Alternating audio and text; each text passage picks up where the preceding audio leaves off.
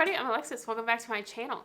So in this video, I want to talk about the 4 types of extroverts. So there are actually 4 types of extroverts, 4 types of introverts. So I do want to give a caveat. So this video is taken from the system of Myers Briggs and originally from cognitive functions. So if you know anything about Myers Briggs, you know that you get a 4-letter code and it might be like ISTJ or ENFP.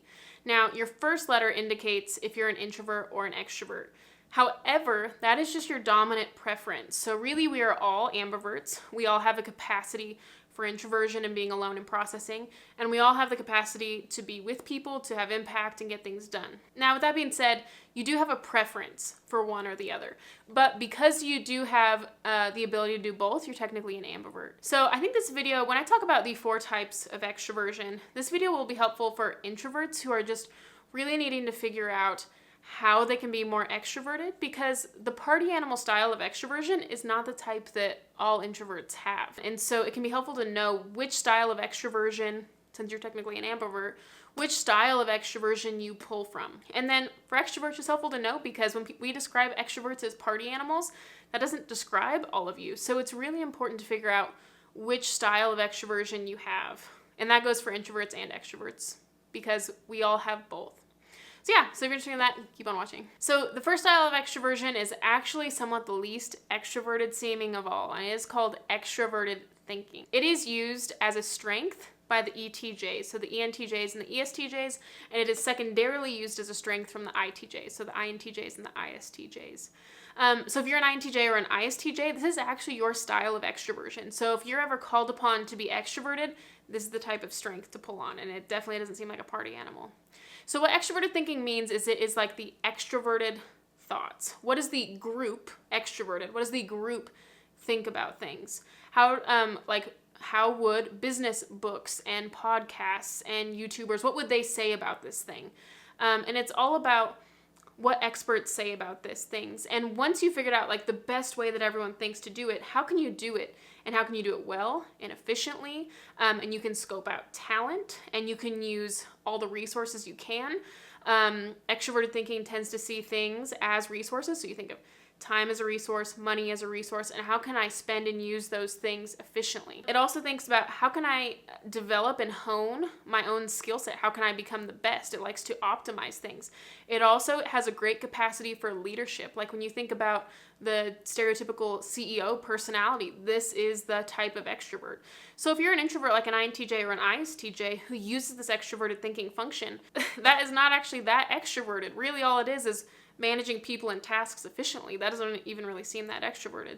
So for you, it's going to be really important if you're ever called to be in an extroverted space and in a group, which, you know, we often are, to get on teams and organizations, see if you can lead those organizations, because if you're the type of person that if you're in a crowd of people, you're going to do best if you have a job or a responsibility. And it's going to be a lot easier for you to socialize with people if you feel like you have a purpose, other people have a purpose, you understand how you're working. So if you have to go to an event, maybe try to be a volunteer at the event or help organize it, because that's when you're going to make some lasting relationships and you're going to be able to get through that event a lot easier. Okay, the second type of extroversion is extroverted feeling. And this function is used as a strength from the EFJs, so the ESFJs and ENFJs, and it's secondarily used as a strength from the INFJs and ISFJs.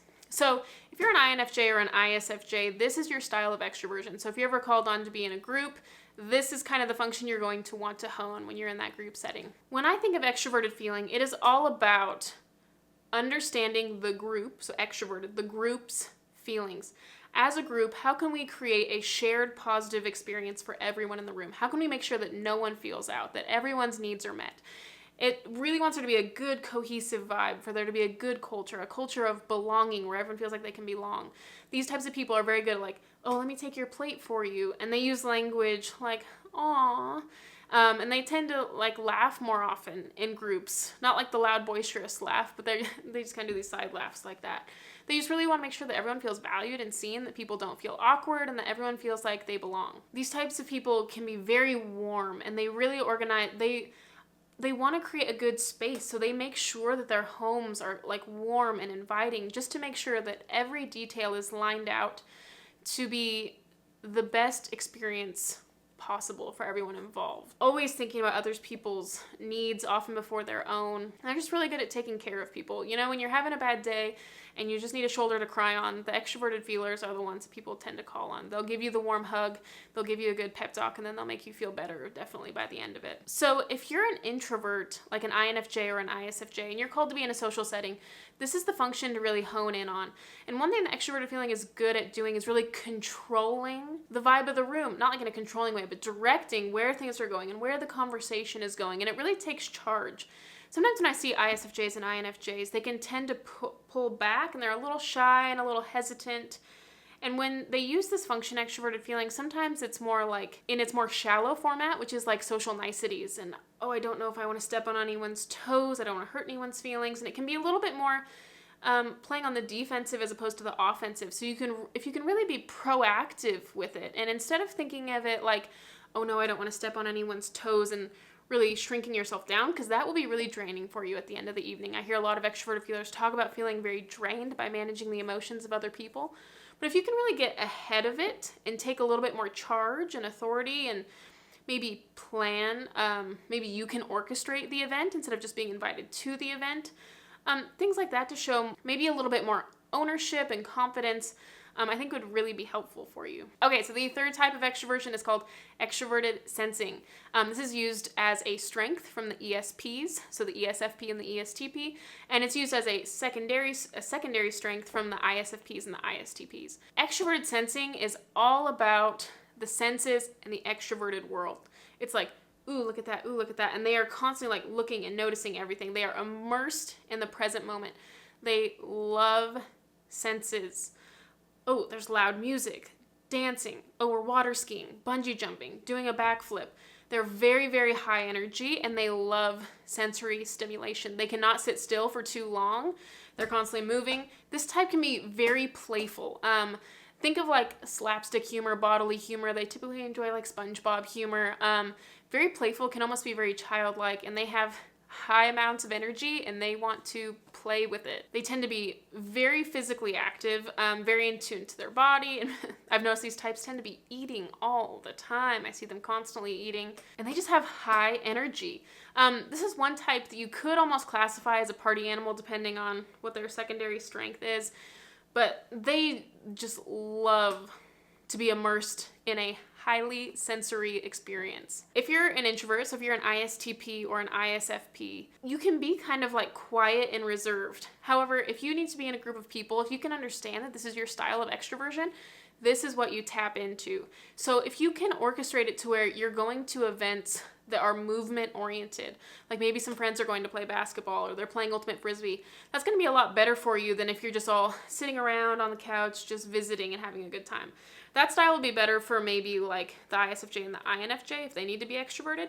But for an ISFP or an ISTP, if you need to be more extroverted, you need to find space where people are moving around, where there's going to be opportunity for you to move your body. Because if your body is still for too long, you know, like it's just difficult for you. Like you want to be moving. It's also very good, like if you can, like if it's outside, I think that's going to be an event that you enjoy a lot more. Or maybe like if it is going to be a scenario where people are sitting around a bunch, maybe you could just tidy up the house, not in the sense of like how the FE user would be doing it for people's needs, but maybe just to get your body moving. Like if you need to take out, maybe like offer to take out the trash just so you can get a walk outside and get some fresh air and move your body, and you can come back in, move your muscles a little bit. I notice if you watch an extrovert sensor take off the trash, if it's not very heavy, they'll be swinging it. But as a side note, I do really feel for these types because I think sometimes they can come off like, hey, shh, don't interrupt us. You gotta be quiet. We're talking right now, like the adults are talking.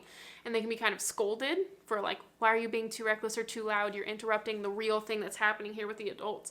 And I just want to tell you, like, it is a real valuable thing that you bring to the table. Okay, and finally, the fourth type of extroversion. And this type of extroversion is called extroverted intuition.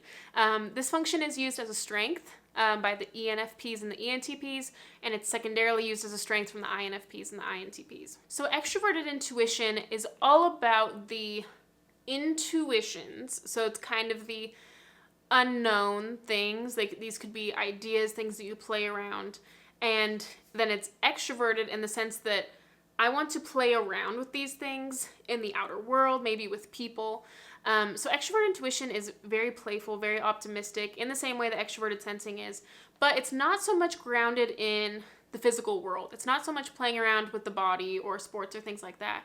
It's more like with ideas. It's like, maybe we could try this idea, or I could take on this new project, or maybe I'll try painting, or maybe I'll try debate, or then I'll try choir. And it's just this really, it's this love, this like zest for wanting to try so many new things, taking up things. It learns quickly, it innovates quickly, it loves the question, like, what if? Like, what if there were aliens among us right now? Just the idea of these possibilities, even if they're not necessarily real at all, just the idea of possibilities are kind of fun for them to play around with. And so I think possibilities is very the key word here.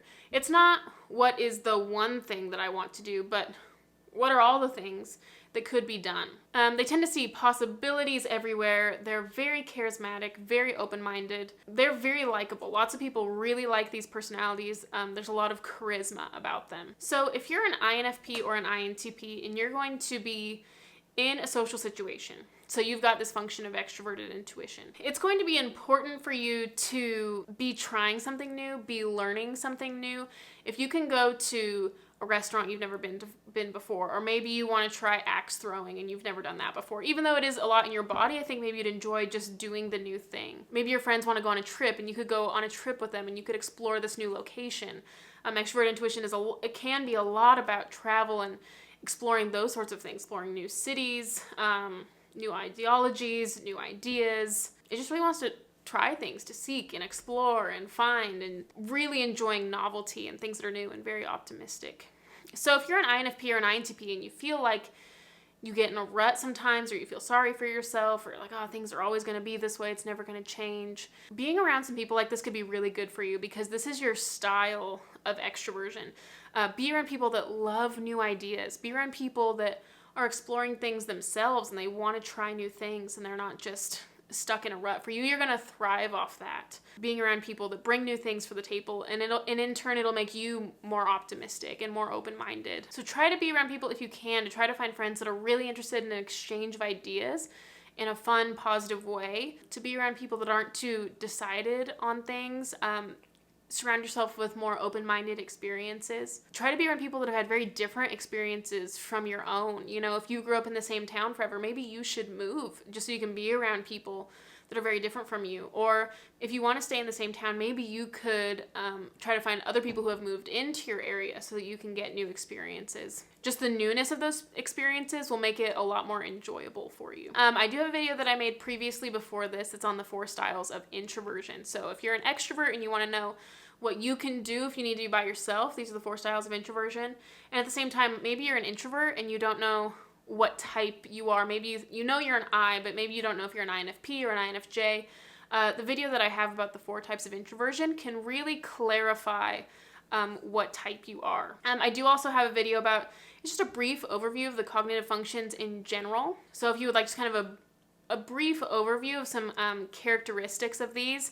And in that video, I talked about them in relation to their polarity. So if you don't know what that is, I talk about it in that video. So yeah, it's kind of a good contrasting point. So yeah, thanks so much for watching. If you want, follow me on Instagram, Alexis M. Kingsley. I'm trying to post at least twice a week. So thanks so much for watching. Bye.